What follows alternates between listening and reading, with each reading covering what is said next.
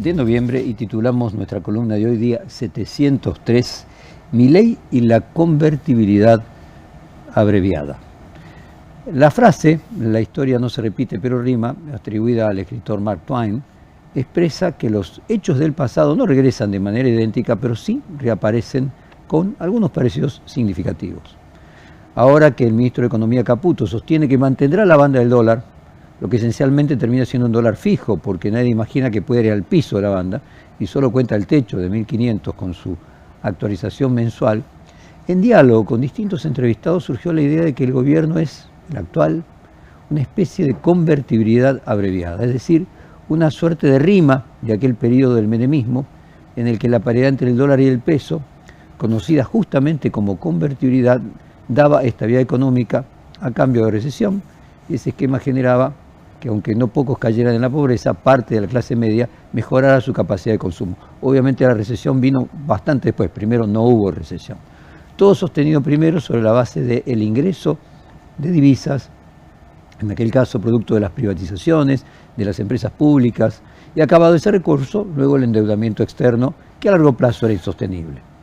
Hoy hablamos de una convertibilidad abreviada en varios sentidos. Primero, no hay paridad peso-dólar, pero sí una correspondencia, como decíamos, en torno a esos 1.500 pesos, con un precio artificialmente sostenido, en aquel caso por la idea de la convertibilidad, que no estaban todos los dólares para asegurar todo el circulante, también era una construcción sobre la base de fe, pero en la Argentina el precio de 1.500 dólares también está sostenido por una serie de regulaciones, como por ejemplo, el gobierno todavía no ha comprado dólares para construir sus reservas, entonces cuando lo haga, ¿cómo sería el precio, cómo se mantendría el precio de 1.500? Ni las empresas internacionales pueden comprar dólares para girar los dividendos acumulados que le deben a sus casas matrices, pero logró bajar la inflación a niveles mejores que los del gobierno anterior, con un correlato de competitividad electoral similar. Sin embargo, hay diferencias que hace que esta sea una convertibilidad abreviada, también por su duración, algo que vamos a analizar en esta columna a partir de ahora. La convertibilidad en los años 90 duró una década. Empezó a mostrar sus efectos secundarios negativos alrededor del séptimo año, cuando la economía se estancó, el desempleo se volvió estructural, pero volvió a sobrevivir 3 años gracias al crédito externo y a la confianza residual. La actual convertibilidad mileísta, si se lo puede llamar así, difícilmente llega a tanto. La velocidad del deterioro es mayor, el margen político mucho menor. Metafóricamente, Milei en 2026 está como Menem en 1998 y no como en 1992, que sería lo que corresponde a su tercer año de gobierno. Hay una diferencia de escala y de contexto que acorta los plazos. En los 90 el modelo tuvo un arranque expansivo, la llegada de inversiones extranjeras, la privatización de empresas públicas, la apertura comercial generaron un shock de consumo y una sensación de modernización, además de una modernización también real. Hubo crecimiento, hubo reactivación, mejoran los ingresos de la clase media urbana, mientras que hoy las inversiones se concentran en sectores extractivos, minería, energía, ubicadas lejos de las grandes ciudades, son capitales que no derraman hacia el empleo ni hacia el consumo y que además pueden llegar a generar algunas resistencias políticas, también ambientales, en los territorios donde se instalan, y estos conflictos anticipan un desgaste que en los años 90 tardó años en manifestarse. Por otro lado, hablamos de los oscuros, vamos a hablar de los claros. Esta versión abreviada tiene también sus partes positivas comparadas con la convertibilidad. En los 90 había un fuerte déficit fiscal. Hoy, aunque sin reponer la obra pública que se desgasta, no lo hay. En aquel momento el crecimiento inicial se sostuvo con dólares de stock, la venta de empresas públicas, algo que, como cualquier stock, una vez que se vendió todo, se acaba. En cambio ahora, el gobierno apuesta a un flujo, algo más permanente, flujo de las exportaciones de energía y minería, una fuerte de divisas que no se agota por lo menos durante algunas décadas. Y esa diferencia estructural explica por qué algunos economistas creen que el modelo actual puede tener un rebote si logra ordenar sus cuentas externas. Es decir, ahora Trump y Biden le prestan a Milei un puente, por decirlo de algún modo, para llegar al momento en que Vaca Muerta, el cobre más el litio, generen la suficiente cantidad de dólares de exportaciones para que no exista ese déficit de cuenta corriente, o sea, que cuente con todos los dólares necesarios para satisfacer las importaciones, el ahorro en dólares de los argentinos, el turismo, las compras con tarjeta y el pago de los intereses de la deuda, asumiendo además que entonces el riesgo país sea lo suficientemente bajo como para que nunca sea necesario pagar esa deuda, sino que se renueve continuamente a sus vencimientos, pagando simplemente los intereses como mencionábamos antes. Ese es el puente que le faltó a Cavallo en 2001, cuando la soja costaba menos de $300 la tonelada, mientras que pocos años después valía el doble, y no permitió que la convertibilidad se transformase, como en Brasil, como lo pudo hacer su equivalente del Plan Real. Cavallo llamó a Estados Unidos en el 2001 pidiendo la misma ayuda que pidió Milei a Biden y a Trump, pero en ese momento el presidente de los Estados Unidos, Bush, estaba preocupado por otros temas. Hacía solo 2 meses que un grupo de terroristas islámicos había tirado las Torres Gemelas en la ciudad de Nueva York, y la atención norteamericana estaba centrada en Medio Oriente y no en su patio trasero. Sin puente, aquellos argentinos preocupados fueron a los bancos a cambiar sus pesos por dólares. Salvando la distancia, es lo que hubiera sucedido en las semanas previas a las elecciones de octubre pasado si Biden y Trump no hubiesen tendido ese puente que le tendieron a Milei y a Caputo. Pero los paralelismos son más potentes que las diferencias. Ambos modelos se sostienen sobre una confianza, una ilusión de estabilidad comprada con crédito, con un dólar barato que pacifica momentáneamente los precios, pero erosiona la competitividad. En los 90 esa ilusión duró 10 años, terminó con la implosión del 2001. Hoy, en un contexto internacional más volátil y con un malestar social más inmediato, el ciclo podría ser mucho más corto. Por eso hablamos de una convertibilidad abreviada, porque condensa en meses lo que antes tomó años. Porque rima con aquel experimento, pero en un mundo más impaciente y con menos margen para la ficción económica. Y porque como toda rima, las palabras cambian, pero el sentido profundo se repite, la Argentina vuelve a creer en un proyecto económico. Si la convertibilidad original de los 90 trajo primero todo lo bueno y luego todo lo malo, a diferencia la versión actual de Milei, parece haber invertido el orden, como recomendaba Maquiavelo, todo el mal junto. En este caso comenzó con todo lo malo. Esa inversión temporal puede ser paradójicamente su única oportunidad de sobrevivir. La década menemista empezó con euforia y terminó con desolación. El mileísmo, en cambio, comienza con ajuste y recesión y caída de consumo. Su apuesta, implícita o no, es que la sociedad resista el dolor inicial a la espera de un eventual beneficio posterior. La convertibilidad original fue en sus primeros años un pacto de prosperidad, de estabilidad, de consumo, de apertura al mundo. Fue popular porque mejoró el poder adquisitivo de los sectores medios y dio la sensación de haber domado la inflación para siempre. Pero ese bienestar era de base frágil, dependía, como mencionábamos, de la venta de los activos, de las joyas de la abuela, las privatizaciones, del endeudamiento, de la confianza externa. Y cuando esos recursos se agotaron, el modelo se quedó sin oxígeno. En cambio, el programa actual, sin los amortiguadores de los años 90 ni el respaldo político de un sistema bipartidista fuerte, nació ya con una etapa recesiva totalmente desplegada. Esa diferencia temporal lo vuelve más incierto, pero también más breve. Habrá que ver si la gente espera a Milei y vuelve a votar en 2027 como lo hizo en 2025. Y la pregunta central es esta: ¿puede un modelo económico que arranca con sufrimiento sostener esperanza el tiempo suficiente como para ver sus frutos? En Argentina, los gobiernos que comenzaron con dolor y promesas de futuro nunca lograron completar el ciclo de redención.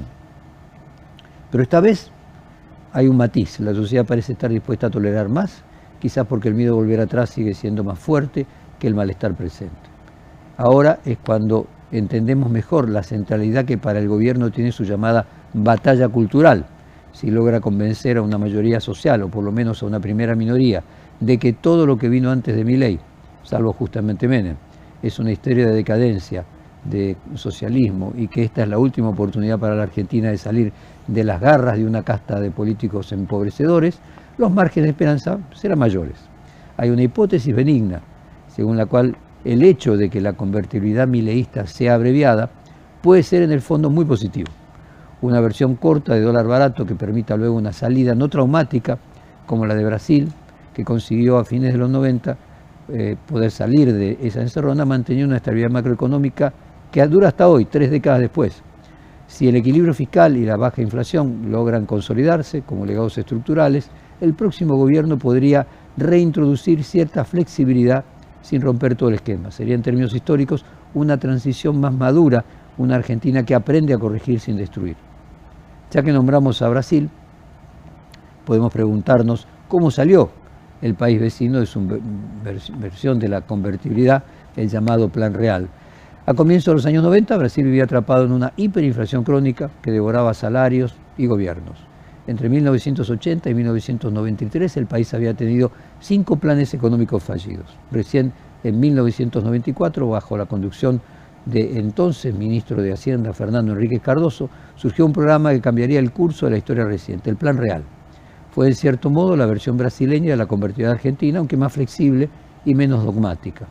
El plan se lanzó en julio del 94, sí se pareció a la Argentina porque introdujo una nueva moneda, el real, que desplazó al cruceiro en aquel caso y fue anclada al dólar norteamericano. La lógica era simple: si la moneda nacional mantenía su valor frente al dólar, los precios internos dejarían de subir. Para lograrlo, el Banco Central fijó un régimen de tipo de cambio semifijo, interviniendo activamente para mantener el real dentro de una banda de flotación muy estrecha, banda de flotación.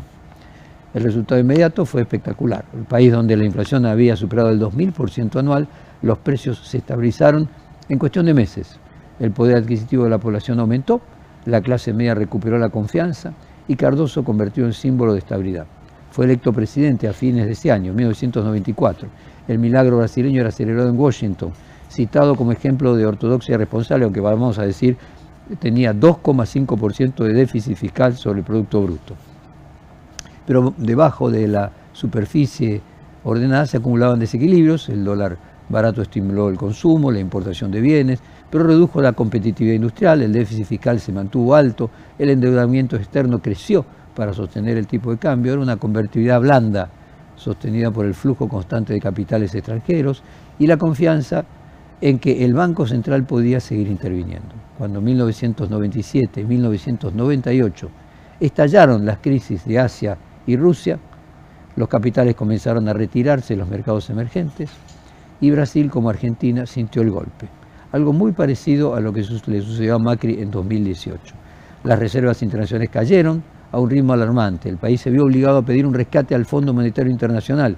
¿De cuánto? También de 40.000 millones de dólares. Pero ni siquiera eso alcanzó. En enero del 99 la presión especulativa se volvió insostenible y el Banco Central abandonó la banda cambiaria y permitió que el real flotara libremente. En pocos días la moneda se devaluó el 40%. Y me detengo acá un minuto. Esto es muy parecido a lo que sucedió en la Argentina antes del puente de Besen y de Trump, porque nuestro dólar estaba en 1.100 y pasó a 1.500.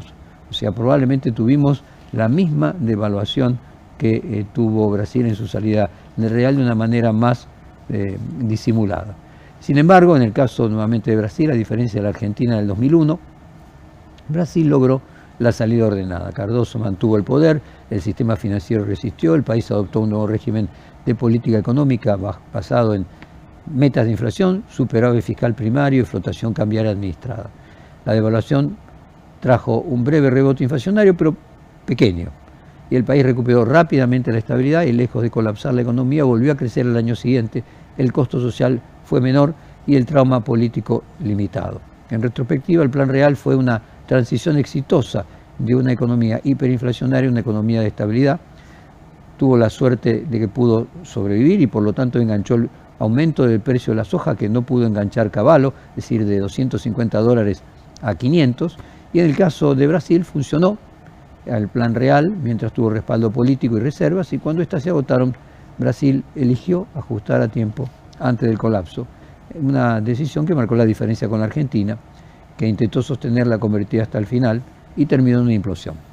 El Plan Real dejó un legado duradero en Brasil: la cultura de disciplina fiscal, un banco central independiente, un régimen de metas de inflación que aún hoy estructura la política económica brasileña.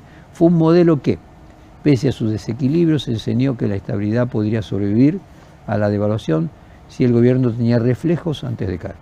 Y volviendo a nuestro país, la comparación con la era menemista, la clave está, sin embargo, en el tiempo político. La convertida de Menem tuvo 7 años de crédito social antes de empezar a mostrar su rostro oscuro, que era el desempleo. Milei, en cambio, enfrenta el desgaste casi desde el inicio. El desempleo, la caída del poder adquisitivo, el parate productivo golpean antes de que el relato de la recuperación tenga tiempo de instalarse. Y aunque el gobierno apueste al rebote en manos de las exportaciones de energía, de minería, estos flujos no se traducen de manera inmediata en bienestar urbano. Son rentas concentradas, lejanas difícilmente de los centros de consumo y poblacionales como la ciudad de Buenos Aires, Rosario, Córdoba, donde además se define su suerte electoral. La abreviación entonces puede tener dos lecturas. Una, la optimista, un ciclo más corto de dólar barato que permita salir con menos trauma, dejando como herencia el orden fiscal y la desinflación. Otra, pesimista, una versión condensada de los 90, donde el sacrificio llega antes que la recompensa nunca. En esa tensión se juega 2027. Si el gobierno logra mantener la estabilidad y mostrar inicios de crecimiento, podría repetir por partida doble, aunque en escala reducida, el fenómeno político del menemismo, ganar 2 elecciones en medio del ajuste, es decir, ya ganó este año y estamos hablando del caso hipotético de que ganase 2027. Pero si el malestar social se acumula más rápido y que los beneficios tangibles, la historia podría rimar con 1999 y no con 1995 desde el punto de vista electoral. En aquel entonces la gente votó por continuidad hasta que la fatiga del modelo se volvió insoportable. Hoy esa fatiga podría llegar en apenas 2 años más. Volviendo a la hipótesis en la que el plan libertario sale bien, habría que hacerse una pregunta aún mucho más profunda. ¿Qué significa esto para la mayoría de la sociedad? ¿Qué tipo de país construye el éxito libertario? Y en el caso del menemismo, que fue una sociedad más individualista, que necesitaba mirar para otro lado, para seguir adelante mientras una cantidad inédita de la población caía en el desempleo. La convertibilidad del menemismo nos heredó los piquetes, el inicio de una pobreza estructural que nunca resolvimos al ritmo del avance de la desindustrialización y el cierre de pymes. ¿Cómo sería una Argentina con importaciones abiertas, pymes que sigan cerrando, sectores competitivos alejados de las grandes concentraciones urbanas y generando poco empleo? ¿Podrán trabajar todos en Uber, Rappi u otras aplicaciones de servicios? ¿O caerá tanto el poder adquisitivo que tendremos un mercado interno que no pueda absorber a los caídos del mileísmo en las aplicaciones? La paradoja de esta convertibilidad abreviada es que su brevedad puede ser su condena o su salvación. Si llega al auge de vaca muerta antes del colapso, puede dejar una base macroeconómica más ordenada, con inflación baja y cuentas públicas equilibradas. Si se estira un poco más de la cuenta, puede terminar igual que la anterior, en una implosión política y social. Quizás esa sea la rima más exacta de Mark Twain. Los modelos argentinos no se repiten, pero conservan la métrica del exceso, de la hipérbole, como decía Borges que padecemos los argentinos. Cambian las melodías, las promesas, los rostros, pero el compás es el mismo. Primero la fe, después la deuda, finalmente el desencanto. La diferencia es que ahora, en vez de 10 años, ese ciclo se cumple en 4. Y si la historia rima, como decía Mark Twain, la pregunta es si esta vez el país logrará cambiar la letra antes de que vuelva a sonar el mismo filán. Como estuvimos haciendo un paralelismo con los 90, nos vamos con un divertido tema de esos años. ¿Qué tendrá el petizo de Ricky Maravilla? Porque si la historia va a rimar, que al menos nos haga recordar algunas de las canciones divertidas de esa época.